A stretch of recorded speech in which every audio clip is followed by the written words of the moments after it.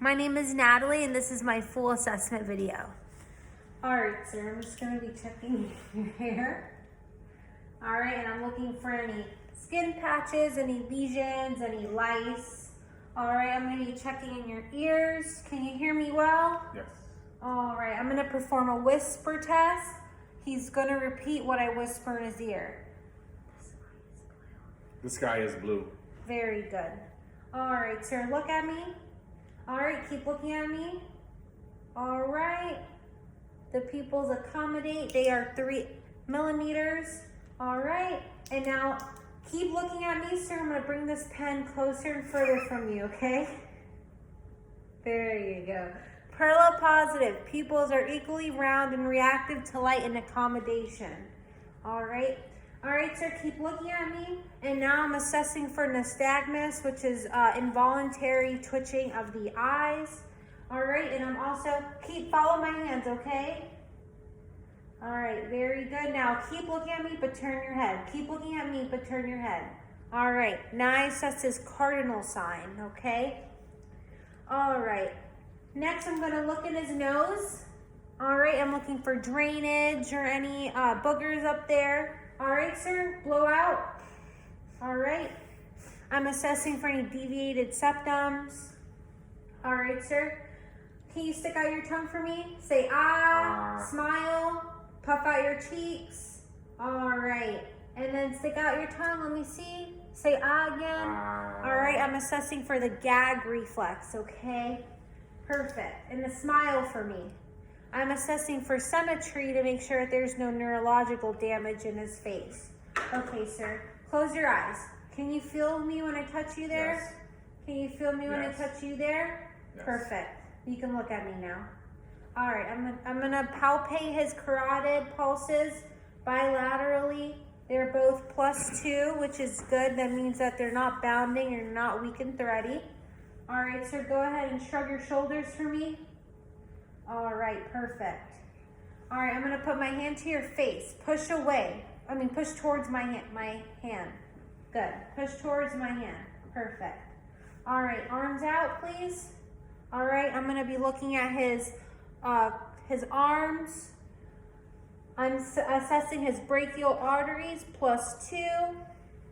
I'm assessing his radial arteries +2. All right, sir. I'm looking at his cap refill. All right, they were brisk. I would say that they were 2 to 3 seconds before they turned nice and red. All right, sir. Now go ahead and squeeze my hand. All right. Now push upon my hand and pull. All right. 5 out of 5 muscle strength in the upper extremities. All right. So first, I would be listening, obviously underneath clothes, but for the purpose of the simulation, I'm going to do it over clothing. But I'm going to first listen to his lung sounds. I'm going to listen to 6 locations in the front. Take a deep breath for me. All right, deep breath. Deep breath. Deep breath. Deep breath. All right, and I'm going to do the same to the back. Deep breath. Deep breath. Deep breath. Deep breath. Very good. Both bilateral lungs are both clear, no crackles. I see no use of accessory muscles, no shortness of breath, no retractions are present. And next I'm going to listen to the heart sounds. Of course, this would be done underneath clothing. First, on the patient's right second intercostal space, we're going to listen to the aortic, all right? And then next would be the second intercostal on the patient's left-hand side, which would be the first pulmonic. Then on the third intercostal space on the patient's left-hand side is going to be the second pulmonic, also called Erb's point. On the third intercostal space on the patient's left-hand side is going to be the tricuspid. And then on the fourth intercostal space, mid-clavicular line, is going to be the apex, which is a part of the heart that booms the hardest. And you would listen to that for a full minute. All right. Now, for the purpose of this video, he'll be sitting up, but usually you would want your patient to be laying supine, so on their back, feet straight, body straight, to assess the abdomen. First, I'm just going to inspect. Second, I'm going to listen. You would want to start in the patient's right lower quadrant, right upper quadrant, left upper, and left lower. All right. Bowel sounds are active, not hyperactive or hypoactive. And if you didn't hear anything, you would have to listen to one full 5 minutes per quadrant if you want to confirm that they are hypoactive or not present. All right, after auscultation, you would want to palpate. All right, sir, do you feel any pain there? No. All right. And then you would want to assess when was the last time you went to the bathroom to do number 2? This morning? All right.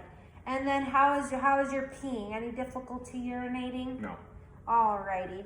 And then you would want to assess the femoral pulse, which is on the groin area. Alright, sometimes it's a lot easier to palpate it when they're laying supine.